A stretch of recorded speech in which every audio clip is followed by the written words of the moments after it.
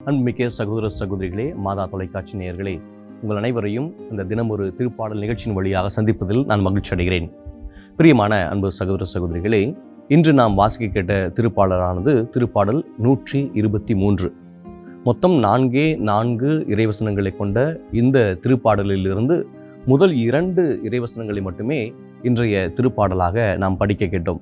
இந்த 2 இறைவசனங்களாக இருந்தாலும் கூட மிக ஆழமான ஒரு பொருள் உணர்ந்த ஒரு வார்த்தைகளை கொண்ட திருப்பாடலாக இந்த திருப்பாடல் ஆசிரியர் இதை எழுதியிருக்கிறார். பிரியமான அன்பு சகோதர சகோதரிகளே, இன்றைய வாசிக்கிட்ட பல்லவி, ஆண்டவரே உம்மை நோக்கியே என் கண்களை உயர்த்தி உள்ளேன். ஆண்டவரை நோக்கியே நம்முடைய கண்கள் உயர்ந்திருக்கிறது அப்படின்னு திருப்பாடல் ஆசிரியர் சொல்லுகிறார்.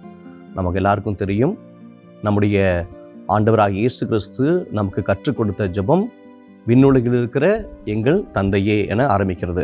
அதுபோலவே இந்த திருப்பாடலுடைய முதல் வரியே விண்ணுலகில் வீற்றிருப்பவரே உம்மை நோக்கியே என் கண்களை உயர்த்தியுள்ளேன் என்று பாடுகிறார். அப்படின்னா ஆண்டவர் இயேசு நமக்கு சொல்லிக் கொடுத்த அந்த ஜெபத்தினுடைய முதல் வரியைத்தான் இந்த திருப்பாடலுடைய முதல் வரியும் என்பது நமக்கு தெளிவாகிறது. அப்படின்னா யூதர்களுடைய வழக்கப்படி, யூதர்களுடைய நம்பிக்கையின்படி ஆண்டவராகிய கடவுள் விண்ணுலகில் வீற்றிருக்கிறவராக இருக்கிறார். அவரை நோக்கி கண்களை உயர்த்தி ஜெபிப்பது என்பது வழக்கமாக எல்லோருமே செய்யக்கூடியதுதான். ஏன், ஆண்டவர் இயேசுவுமே ஜெபிக்கிற பொழுது விண்ணை நோக்கி கண்களை உயர்த்தி தான் ஜெபித்தார். இந்த இறைவசனங்கள், இந்த 2வது இறைவசனம் மிக மிக ஆழமான ஒரு கருத்தை கொண்ட இறைவசனமாக இருக்கிறது. எப்படின்னு சொல்லி பார்த்தீங்கன்னா, தலைவன் தலைவி என்பவர்களுடைய வாழ்க்கையிலே எப்படி பணிப்பெண் பணியாளர்கள் வேலை செய்கிறார்கள் என்பதை ஒரு உவமையாக கொண்டு இந்த திருப்பாடல் ஆசிரியர் எழுதுகிறார். அதாவது பணியாட்களை வேலை செய்ய சொல்லுகிற பொழுது வார்த்தைகளை தலைவனும் தலைவியும் பயன்படுத்துவதை விட கை அசைவுகளை அவர்கள் பயன்படுத்துகிறார்கள். எதற்காக இந்த கை அசைவுகளை அவர்கள் பயன்படுத்துகிறார்கள் சொன்னால், அவர்கள் வாய் திறந்து அந்த சொல்லை சொல்லாவிட்டாலும் கூட கை அசைத்தாலே அவர்கள் என்ன நினைக்கிறார்கள், அவர்களுக்கு என்ன தேவை இருக்கிறது என்பதை பணியாட்களும் பணிப்பெண்களும் உணர்ந்து கொள்வார்கள். அதன்படி அவர்கள் இட்ட அந்த கட்டளையை அவர்கள் நிறைவேற்றுவார்கள். உதாரணத்துக்கு பார்த்தீங்கன்னா, ஒருத்தர் முன்னாடி தலைவனை பார்க்க வருகிறார் வைங்களேன். அந்த தலைவனை பார்க்க வருகிற அந்த விருந்தினருக்கு அமருவதற்கு இருக்கை போட வேண்டும் என்பது பணிப்பெண்ணுக்கோ அல்லது பணியாட்களுக்கு தெரியும். ஆனால் இந்த தெரிந்திருந்த அந்த பணியாட்கள் உடனே அதை செய்ய மாட்டார்கள். மாறாக தன்னுடைய தலைவன் என்ன கட்டளை இடுகிறார் என்பதை அவர்கள் உற்று நோக்கி கொண்டே இருப்பார்கள். அப்படி அவர்களை வருகிற பொழுது அவர்கள் அந்த விருந்தினர்களை அமர வைக்கக்கூடிய தகுதியில் இருக்கிறாரா இல்லையா என்பதை தலைவர் முடிவு செய்வார்.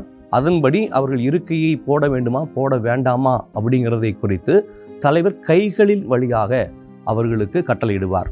அப்போ இந்த பணிப்பெண்களும் பணியாட்களும் எதை உற்று நோக்கி கொண்டே இருப்பார்களாம்? தலைவனுடைய கை அசைவுகளை, தலைவியுடைய கை அசைவுகளை அவர்கள் உற்று நோக்கி கொண்டே இருப்பார்கள்.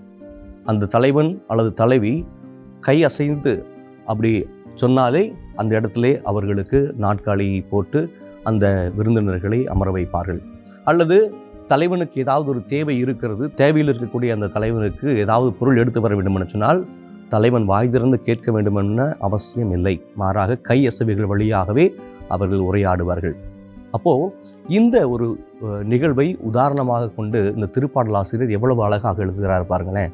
ஆண்டவரே உம்முடைய இரக்கத்திற்காக என் கண்கள் உம்மையே நோக்கி கொண்டிருக்கின்றன. இதனுடைய முந்தைய திருப்பாடல்களில் ஒரு திருப்பாடல் நமக்கு அனைவருக்குமே பழக்கமான ஒரு திருப்பாடல் 121 கூட இப்படித்தான் ஆரம்பிக்கிறது. மலைகளை நோக்கி என் கண்களை உயர்த்துகின்றேன், எங்கிருந்து எனக்கு உதவி வரும்? படைகளின் கடவுளாகிய ஆண்டவரிடமிருந்தே எனக்கு உதவி வரும் என சொல்லி அந்த திருப்பாடல் ஆசிரியர் சொல்லி எழுதுகிறார். அதை போலவே இவரும் இந்த திருப்பாடல் ஆசிரியரும் கூட எழுதுகிறார். இந்த திருப்பாடலை சீயோன் மலை திருப்பயண திருப்பாடல் என அழைக்கிறார்கள். என்று சொன்னால் மலை ஏறக்கூடிய அந்த நிகழ்விலே இவர்கள் இந்த திருப்பாடலை பாடுகிறார்கள். எப்பொழுது இவர்கள் மலை ஏறுவார்கள் என்று சொன்னால், ஒவ்வொரு யூதரும் யூதர்களுக்கு கட்டளைகளின்படி ஒவ்வொரு ஆண்டும் 3 திருவிழாக்களை அவர்கள் எருசலேம் ஆலயத்திலே கொண்டாட வேண்டும். ஒவ்வொரு ஆண்மகனும் இந்த எருசலேம் ஆலயத்திற்கு இந்த 3 திருவிழாக்களுக்கு வர வேண்டும். அந்த கட்டளை அவர்களுக்கு இருந்தது. அதன்படி பார்த்தோம்னு சொன்னால் ஒவ்வொரு ஆண்டும் இந்த திருமலையை நோக்கி அவர்கள் பயணிக்கிற பொழுது பாடல்களை பாடிக்கொண்டு அந்த வாசகங்களை வாசித்து கொண்டு அவர்கள் செல்வார்கள். அப்படிப்பட்ட ஒரு பாடலாக இந்த பாடல் அமைந்திருக்கிறது. இன்னைக்கு கடவுளுடைய இரக்கத்தை நோக்கி இருக்கக்கூடிய இந்த திருப்பாடல் ஆசிரியர் இறைவனையே உற்று நோக்கி இருப்பதைப் போல நானும் நீங்களும் இறைவனுடைய அருளுக்காக, இறைவனுடைய இரக்கத்திற்காக அவரையே உற்றி நோக்கி இருக்க இந்த திருப்பாடல் ஆசிரியர் அழைக்கிறார். வாருங்கள், ஆண்டவருடைய இரக்கத்திற்காக நாம் ஜெபிப்போம். எங்களை நாளும் காத்து வழிநடத்தி வருகிற அன்பு தெய்வமே இறைவா, ஒரு தலைவனும் தலைவியும் அவர்கள் இடுகிற அந்த கட்டளைகளை கையசைவின் மூலமாக அறிந்து கொள்ளக்கூடிய பணிப்பெண்ணும் பணியாளை போல ஆண்டவரே, நாங்களும் உம்முடைய திருவுளத்தை நிறைவேற்ற காத்து கொண்டிருக்கிறோம். உம்முடைய இரக்கத்தை கெஞ்சி உம்மை நோக்கி எங்களுடைய கண்களை உயர்த்தி இருக்கிறோம். எங்களுக்கு அருள்மழை பொழிந்து எங்களுக்கு ஆசீர்வாதங்களை கொடும். உம்முடைய இரக்கத்திற்காக கெஞ்சி மன்றாடுகிற ஒவ்வொருவருக்கும் இரக்கத்தின் ஊற்றாகிய நீர் அவர்களுக்கு தேவையான அருள்வரங்களை அளிக்க வேண்டுமென எங்கள் ஆண்டவராகிய கிறிஸ்து வழியாக உம்மை மன்றாடுகின்றோம். ஆமேன்.